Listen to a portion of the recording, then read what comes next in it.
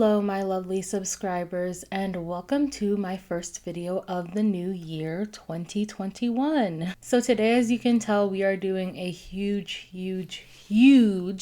end of the year comeback review. In this video, I will be discussing my opinions and also ranking in a tier comebacks from the last half of the year. This video is definitely going to be long, so get comfortable, grab a snack and a drink, and settle in because we're going to be here for a while. So before we get into the video, let's just go over some ground rules and disclaimers. Number one, like I said, I will be discussing and ranking comebacks from the last half of the year, so from mid-June up until December. I did already make a video in which I discussed comebacks from the first half of the year, so go and check that out if you want to hear me discuss comebacks from earlier. I will not be talking about and or ranking comebacks before mid-June, so please do not comment asking why I forgot to include those comebacks, which leads me to my second point. Number two, not every single comeback is included in this video. Do not comment complaining that I missed a comeback. It would literally be impossible for me to include every release in K-pop from the past 6 months. I selected these comebacks specifically because they stuck out to me and I had a lot to say about them.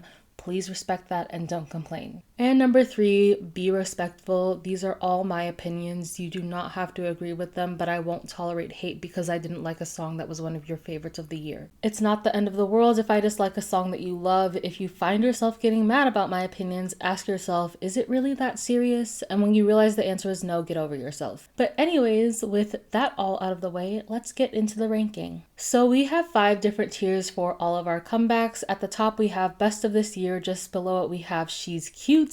In the middle we have Meh. Just below is Struggle to Listen to the Whole Song, and last is Should Have Never Been Released. Best is obviously the highest rank, while Should Have Never Been Released is the lowest, and Meh is in the middle.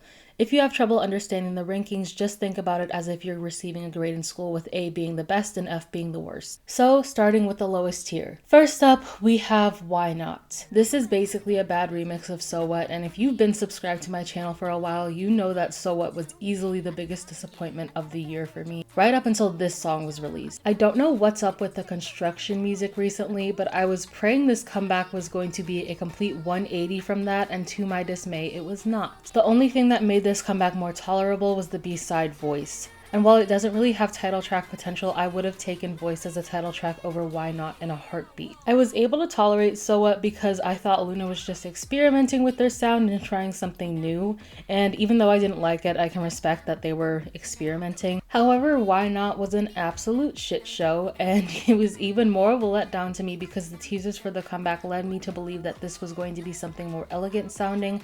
However, the second they released the album medley, I knew we were in trouble. This comeback also solidified the sentiment for me that Loona are not a rap-centric group. At this point, you all know that I am completely and utterly against unnecessary raps being slapped in the middle of a song, and that not every member of a group needs to rap. There are about 3 to 4 good rappers in Loona, and BBC should leave the rapping to them and reconsider the amount of rapping they put into a song, if any should be included at all. Overall, as you can thoroughly tell at this point, I did not like this comeback at all, and it was easily the biggest disappointment of the year. Next up, we have Ice Cream by Blackpink. I tried so hard to make myself like this song, but I eventually had to admit to myself that this song is a hot fucking mess. And I was so hopeful this would be a good song based on the teasers. I guess one big takeaway from 2020 is to never ever trust the teasers for a song. Ice Cream was basically a fever dream, and it reminds me of something a Nugu girl group would release based on both the sound and the aesthetic for the music video. The visuals and overall aesthetic for the song looks like they took everything I was obsessed with when I was 10 years old and threw it into a music video. And now on to my biggest problem with the song, Lisa's rap. Whoever wrote this rap should be blacklisted from the industry. This was, no bullshit, literally the worst rap I've ever heard. And it's frustrating because I think Lisa could actually be a good rapper, but she never ever gets the chance to prove that because she always gets the worst lyrics. I really wanted to like this song, but it completely fell flat for me. Next in this tier, we have 100 by SuperM. There really isn't much to say about this. I think we can all agree this comeback was a train wreck. Baekhyun's random ass high note makes me scream laugh every single time because it just comes out of fucking nowhere. But yeah, this was just a complete shit show overall, and this did them absolutely nothing in terms of gaining them more fans. Moving on, we have Cool by Wiki Miki. Here we have another example of unnecessary raps being sprinkled way too liberally into song. Cool would have been a million times better if not for the rapping. This also kind of reminded me of So What with the excessive rapping and chanting. Also, I really hope the excessive chanting over an EDM beat is something we can leave in 2020. I've heard it enough in this year alone to last me a lifetime. I feel like this could have been a good song, but Cool follows all of the girl group trends I hate way too closely, and this song was a huge miss in my opinion. Last in this tier, we have Panorama by IZ*ONE. Now this song is here for a completely different reason the other ones are here. This song isn't even bad necessarily in the way I think the other songs are, it's just so painfully boring and repetitive. After listening to this song, I realized how all of IZ*ONE's title tracks follow the same formula. The song enters with a short melody that we'll hear repeatedly throughout the song. We get to the pre-chorus, and from the pre-chorus up to the chorus, there's always some beat picking up behind the members singing. They hit a high note, and one of them says the title of the song, and then we get into the chorus, which is probably a synth or EDM bass, with the girls doing some fast-paced dancing to go along with it. Panorama isn't a bad song, as in I hate the way it sounds, it's just so boring. The aesthetic for this song was also the same as it was for literally any other IZ*ONE title track, and considering that this is one of their last releases before they disband, this is a low note to leave on. First up in the struggle to listen to the whole song tier is Feel Good by Fromis9. I already talked about Feel Good in an earlier comeback review, but I'll say it again. This was an extremely underwhelming comeback. This was especially disappointing to me because this was their first comeback in a year and a half. There's nothing particularly bad about this comeback, it was just very generic. And I'm usually not super picky about how quote-unquote unique a comeback is, but for some reason the fact that this comeback was so bland bothered me a lot. There's nothing about this comeback to make it stand out from the rest, and I feel like this was the traditional flop girl group comeback. I was also upset that they released another mini album instead of a full album, especially since Off the Record made us wait a fucking year and a half for another Fromis comeback. I did like the B-side Weather a lot, and I thought the mini album was decent, but the title track was a real letdown for me. Next is How You Like That. There are so many mixed opinions floating around about How You Like That because it's just such an odd song. I went from hating it to sort of liking it to hating it again to liking parts of it. It's just such a weird song, and I feel like every single time I listen to it I find something new I either like or dislike. But it's for that reason this song ranks so low. The song is really messy, and I was kind of turned off at how it was just another generic sounding girl crush song. I feel like even though Blackpink were very active this year, none of their releases really hit for me, which leads me to my next comeback. Next up is Lovesick Girls. I remember listening to this song and immediately thinking that it reminded me of a top 40 pop song from like 2014, produced by David Guetta, featuring a singer like Charli XCX. I know that's very specific, but that's exactly what Lovesick Girls reminds me of. I didn't like this song because it didn't really feel like a comeback song. It felt like it should have been released as a single where they collaborated with another Western DJ or singer. I felt like Pretty Savage was a much stronger contender for title track, and Lovesick Girls could have been included as a repackage, sort of like How You Like That was included on the album. Like I said, I felt like none of their releases really sat right with me. The only song they released this year that I consistently listen to is Pretty Savage. Overall, I was underwhelmed with their activities in 2020. Moving on, we have Helicopter by CLC. I feel bad criticizing this song based on what's currently happening with CLC, but I have to say this song just feels like a desperate attempt at gaining the attention of international fans. It just felt too much like fan service in my eyes. I liked Yoon's rap, but it just didn't sit right with me, if that makes sense. It just felt like he was like, you want a badass, hard and fast girl group rapper? We're going to smother you in it. It just felt sort of forced with me, same with the concept, the backup dancers, and Cube sneaking the word hella into the lyrics. It felt like a try-hard girl crush, which I didn't really understand because CLC are really good at girl crush and pull it off well. I don't understand why this comeback felt like Cube was trying to shove it down our throats. But getting on to what I dislike about the song itself. The English lyrics were cringy, Eunbin's rap was a hot mess, and the energy throughout the song isn't consistent. I was also pissed because we only got an English version instead of a full album, or at the very least a mini album, considering Cube made us wait a year for a comeback. Next, we have Black Mamba by aespa. The song itself is mediocre at best in my opinion. Listening to it really made me realize how many songs this year rely so heavily on a good bass drop to make or break the song, but in my opinion, it never works the way companies think it does. I feel like they really tried hard to get the chorus and the bridge right, and I do think it's good. However, the pre-chorus really doesn't match the energy for the rest of the song, and I only find myself listening to this song for the 7 seconds where the bass drop hits and then I turn it off. It certainly isn't a horrible song, however, I was pretty underwhelmed by it since I expected it to be really good after hearing the teasers. Once again, another takeaway from 2020, don't trust teasers for a song. Next in this tier we have Boca by Dreamcatcher. I almost like this comeback up until the chorus. I understand that Dreamcatcher is a rock/heavy metal based group, but I didn't really like how randomly the quote-unquote rock part of the song came in at the chorus. I've tried to give Dreamcatcher's music a chance, but I just don't really think it's for me. I will say that I did like the concept and visuals for this comeback, and it really felt like this could have been a good song from my perspective. I just don't really like the genre of music they tend to stick to. Last in this tier we have Oopsie by Wiki Miki. I think the way I felt about Feel Good by Fromis 9 can also be said for this. There wasn't anything I absolutely hated about this comeback, it just felt generic and boring. I wish I could give a better reason for disliking this, but that's really the best I've got. I don't viscerally hate it, but I also would never say, "Ayo, turn on Oopsie by Wiki Miki" when requesting a song to play. So first up in the meh tier we have Life Goes On. I'm going to get my army card revoked for this, and maybe I deserve it.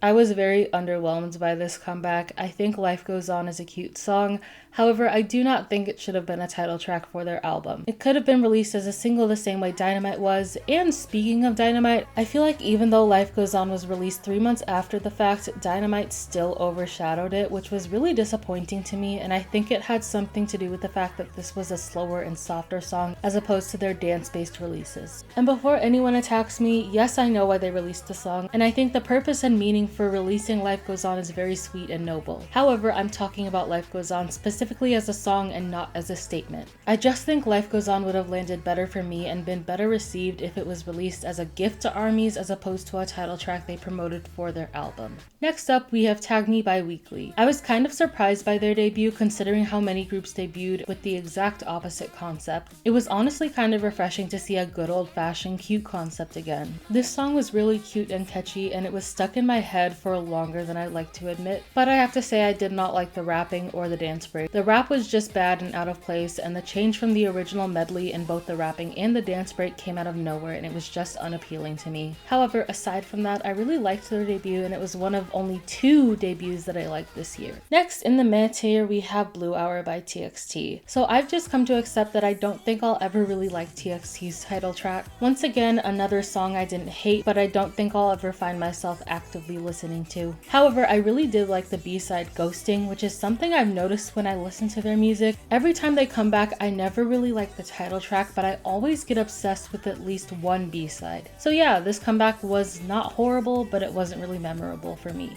Moving on, we have Given Taken by Hyphen, or Hyphen. I don't know how to pronounce the name, don't at me. Yet another song I don't have much to say about. I did not watch Island, therefore I didn't really care one way or the other about their debut. The chorus was catchy, but I kept thinking that this sounded like a TXT title track, and no, this is not me accusing them of plagiarism because they're obviously under the same company. But I think that having 3 boy groups under your label might present as an issue for Big Hit because their sounds might mesh together. However, I'll give them the benefit of the doubt because this is their debut, and hope that their own sound begins to develop the further along they get into their careers. I also have a little bit of self-promo to do really quickly while we're on the topic of Hyphen and Island in general. Like I said, I did not watch Island, and I had no intention of ever doing so up until a few days ago when some subscribers of mine were talking to me about how controversial it was. So starting probably next week or the week after that, I'll be recording myself watching Island for people who are pledged to me on Patreon. If you're interested in that and hearing my thoughts and reactions to Island, go check me out on there at patreon.com/redvelvetsus. Next up in this tier is Not Shy by Itsy. I'm pretty sure I said this in the video where I reviewed this comeback, but I'm still upset this wasn't a Wild West cowboy concept. So many groups have faked me out with the cowboy concept this year, from Itsy to Loona to TXT, and I'm tired of it. Someone needs to give us a full-on cowboy concept instead of just teasing it. And this actually leads me to my main issue with this comeback. It literally didn't have a concept. Like I said, I originally thought it was going to be cowboy themed. It wasn't, but then I couldn't even tell what concept they were doing for Not Shy. It was so random, the stage outfits were all over the place, and 4 months later I still cannot pinpoint any consistent theme in this comeback. The song itself was good, there are definitely some songs from them I like more. However, I will say that I'm happy this song did have a bridge instead of just another dance break. I was really confused by this comeback, but the song itself was still enjoyable, so I can't complain that much. So moving on, we have by Kai. I feel so weird saying that. So for starters, we have to talk about how shitty the styling was. The way they dressed him and the backup dancers reminds me of that TikTok trend where people try to dress like models for high-end brands. It's expensive looking, but ultimately ugly. Especially that sparkly do-rag with the ugly turquoise sweater. But anyways, onto the actual song. I really like the song itself, and I need to hear more of his voice in R&B and hip-hop based tracks. The choreography was kind of a hit or miss, but there were some parts that I enjoyed, especially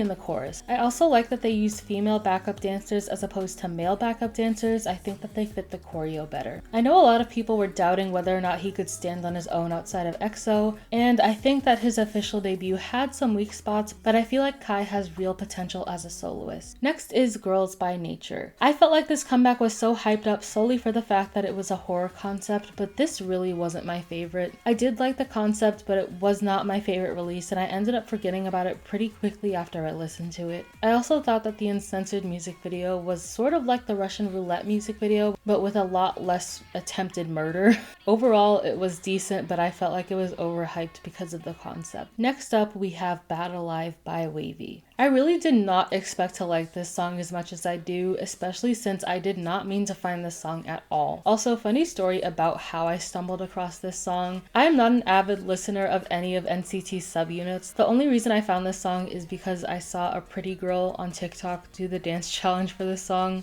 and then I cyber stalked her, and I also ended up finding the name for this song as well. So shout out for me to being gay and that girl for being pretty to help me find this song.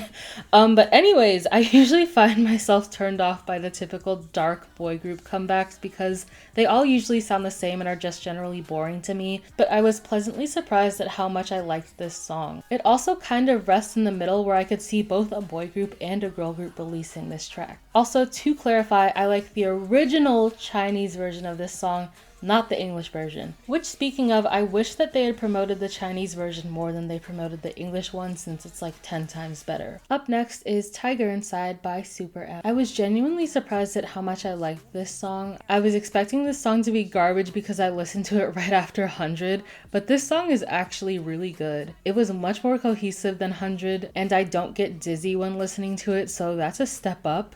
But seriously, this song is actually genuinely enjoyable, and it kind of reminds me of second gen boy group releases, especially with the styling. The music video was kind of hammy and over the top, but it really fits with this song. I feel like this song was overlooked in favor of people shitting on 100, which was something I was definitely guilty of, considering what a train wreck the song was, but this was much easier to digest, and maybe SuperM will have more luck in the future if more of their title tracks sound like this. And next up, we have Dynamite. There's really not much to say about this. She's Song of the Year material if I've ever seen it. Dynamite is just one of those songs that's so pure and uncomplicated and wholesome, and you just can't help but enjoy this song. I feel like if any song that BTS have ever released deserved to blow up, it was this one. The only complaint I have is that I really wish that they had promoted this on music shows. I really would have loved to get the whole comeback experience from this song. But other than that, I really have no issues with this. It's so timeless, and I can definitely see Dynamite going down as a legendary release in K-pop. Moving on to Monster. I really couldn't have imagined a better debut for their subunit. This was everything that Rebel Loves wanted for seulrene's subunit, and it still doesn't feel real. The choreography was kind of simple in some places, but I really liked when the girls and their backup dancers formed a monster right close to the end of the song. It looked so cool. They looked so good this era, and this was honestly the only thing holding me over the entire year without OT5 Red Velvet. I was also glad to hear more of Irene singing in their debut. Also, best rookie group. Next, we have Butterfly by Wooju Sonyo. Now, I know with Feel Good and Oopsie, I complained about both of them being generic.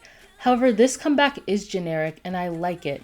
Like, a lot. I don't know what it is about this song, but I cannot tell you how refreshing it was to listen to this song and to not have to anticipate some shitty stupid trend that's flying around out there in the stratosphere of K-pop. This song was so simple and perfect, and listening to it feels like waking up in a beautiful sunlit garden. I can't properly explain to you all why this version of Generic sits well with me and why others don't. I think part of it lies in the fact that there wasn't any horrible rap verse or any construction sounding chorus that I had to suffer through, which made it more enjoyable.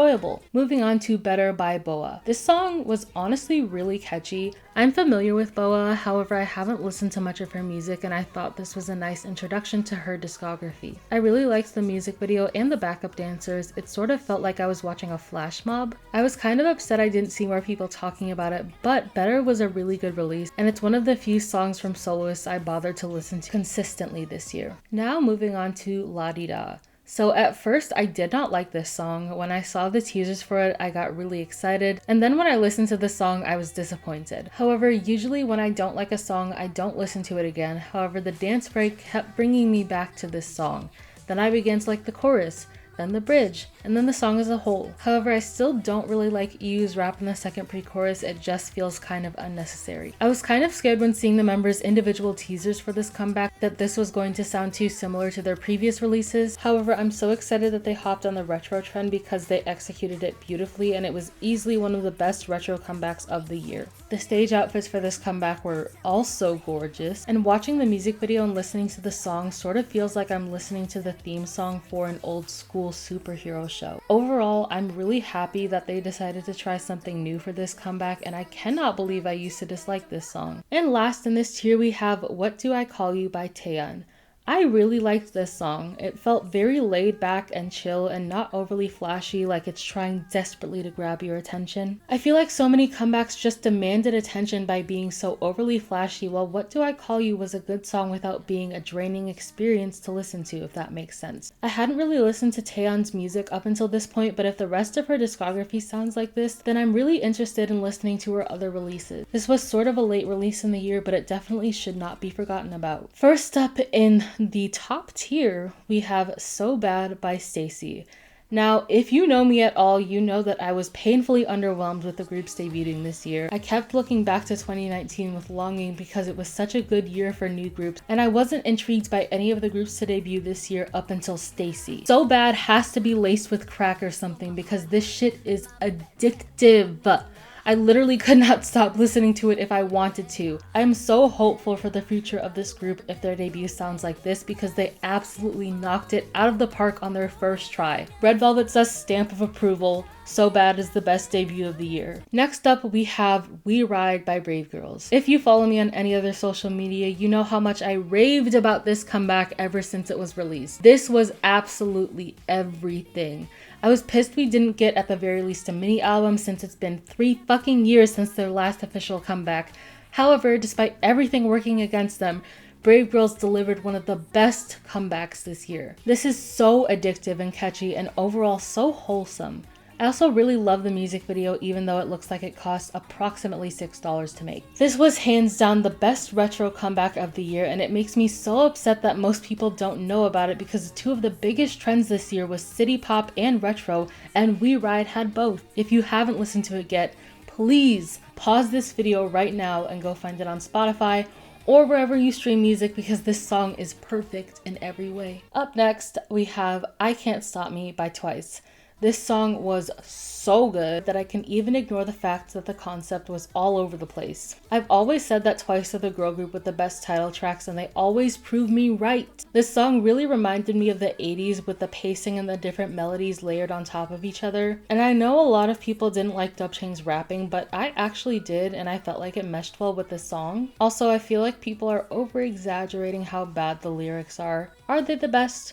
No. Have I heard raps released with worse lyrics this year? Absolutely. I Can't Stop Me has literally been at the top of my most listened to songs on Spotify since it was released, and it's easily one of my favorite Twice title tracks to date. Next, we have Porapipam by Sunmi, another song laced with literal crack. Sunmi quite literally kicked off city pop in K-pop this year, and I am so grateful for her to that reason. This song is so fucking good. I listen to it religiously. Like, I literally get to the end of this song just to replay it. I don't know if she used a spell or some other shit, but I literally could not stop listening to this song if my life depended on it. This was a fucking amazing comeback, and Sunmi ate this shit up. Up next is Apple by GFRIEND. Now, I was extremely skeptical of this comeback due to how let down I was by Crossroads. I saw articles prior to its release saying that GFRIEND was going to be coming back with something new, which I highly doubted since they also said the same thing for Crossroads. But this bitch, they were in their fucking bag with this. Apple gave us everything. A unique concept, a good ass song, and killer styling. The styling for Apple was literally the best from any girl group this year, hands down. This also proves that not only can GFRIEND change concepts, but they can do so without switching to girl crush, which every girl group stan and their mother has been demanding from GFRIEND ever since they released Fingertip. This comeback was absolutely perfect. And while we're on the topic of GFRIEND, let's move on to the next comeback in this tier. Next is MAGO. Like I said, GFRIEND had a rocky start with Crossroads this year. However, both Apple and MAGO completely saved them. This was also one of the best retro comebacks this year, along with La Di Da and We Ride. It was absolutely perfect, and I was so excited to see Yuju pole dancing this era. In fact, all of the members really got to show off this time around, and this was such a perfect comeback for people who are getting into GFRIEND. I've definitely said this before, but I am sort of scared that GFRIEND will regress into their old sound because Source Music loves to get scared and chicken out every time they try to do something new with them. However, I'm hopeful that GFRIEND will continue to explore their sound, considering how well put together both MAGO and Apple were. And last but certainly not least, we have NINDI. This song solidified Irene and Seulgi as the best girl group dance line in K-pop, hands down. This was the best and most impressive choreography of this year from any comeback I listened to. I'm still pissed that it didn't get nominated for Best Choreo at any award shows because it was clearly robbed. There's literally no other two female idols that I can think of that could have performed both the choreography and the song itself perfectly the way Asu did, and I'm so satisfied with the song and their performances. We all knew that they were good dancers, but they really shined with NINDI, and I love that we were able to see their full potential. I can only hope in the future SM doesn't forget about them so we can continue to see more releases like this from them. So that is all for this video, you guys. I hope you enjoyed. I will put a link to this tier maker down below if you want to rank these comebacks yourself. If you want to share them with me, check out my Instagram and Twitter. Both links will also be down below. Let me know what you thought about my review and ranking, and share your favorites and least favorites of the year down below as well. I will see you in my next video. Bye!